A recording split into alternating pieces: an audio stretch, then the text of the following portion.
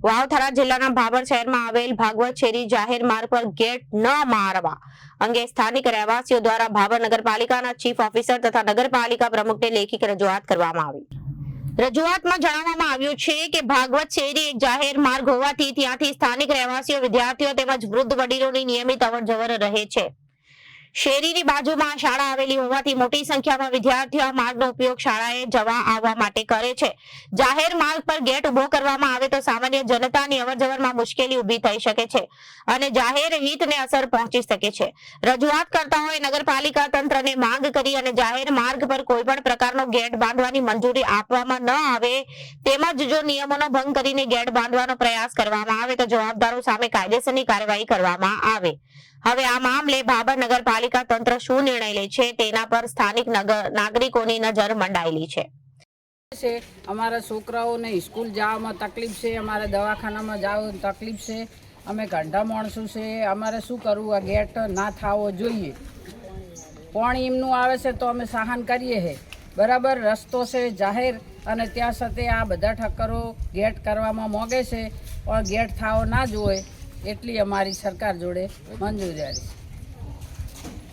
શહેરની અંદર નગરપાલિકાના અધ્યક્ષાને અમુક સોસાયટીઓ આવે, અમુક આપણે સોસાયટીએ જે દરવાજા મૂકે ને એમનો કોઈ આપણો વાંધો ના હોય, કારણ કે છે તે મૂકવો પડે, અમે રસ્તો ના હોય।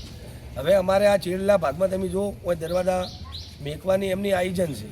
હવે આ દરવાજા મૂકવા માટેનું આ 50 વર્ષથી આ રસ્તો છે અને સહાયતા કુટુંબ છે ને, કોઈ પેલું મેન ઠક્કર સમાજની અંદર સહાયતા કુટુંબ ગણાતું, સહાયતા કુટુંબે આ પ્લોટિંગ કરેલ છે, તેનો આર્યો મેન રસ્તો 50 વર્ષથી છે।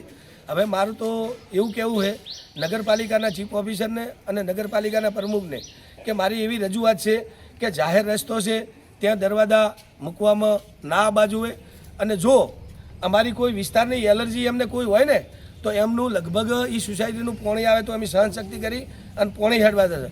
બીજો મારો પ્રશ્ન કે આ વિસ્તારના હેડવા માટે એમને અમારા માટે દરવાજા મૂકવાનું કહેતા હોય અને એલર્જી કરતા હોય ને તો 10 મકાન જે અત્યારે છેલ્લા ભાગમાં 10 મકાન છે જે દરવાજા મૂકવાના છે, એમે 4, 2, 3 એવા મકાન છે વ્યસની છે, એમને સહનશક્તિ કરી અને એમને રાખવા છે।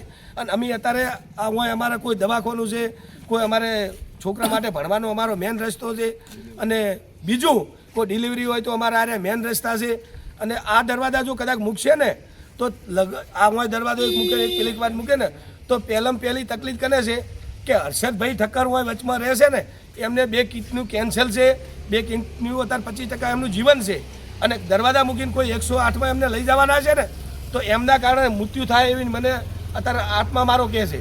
એટલે મારે ચીફ ઓફિસરને નગરપાલિકાના જે બોડીને મારી એક રજૂઆત છે અને મામલતદાર સાહેબને રજૂઆત છે કે તાત્કાલિક આ દરવાજા ના બનવા જોઈએ।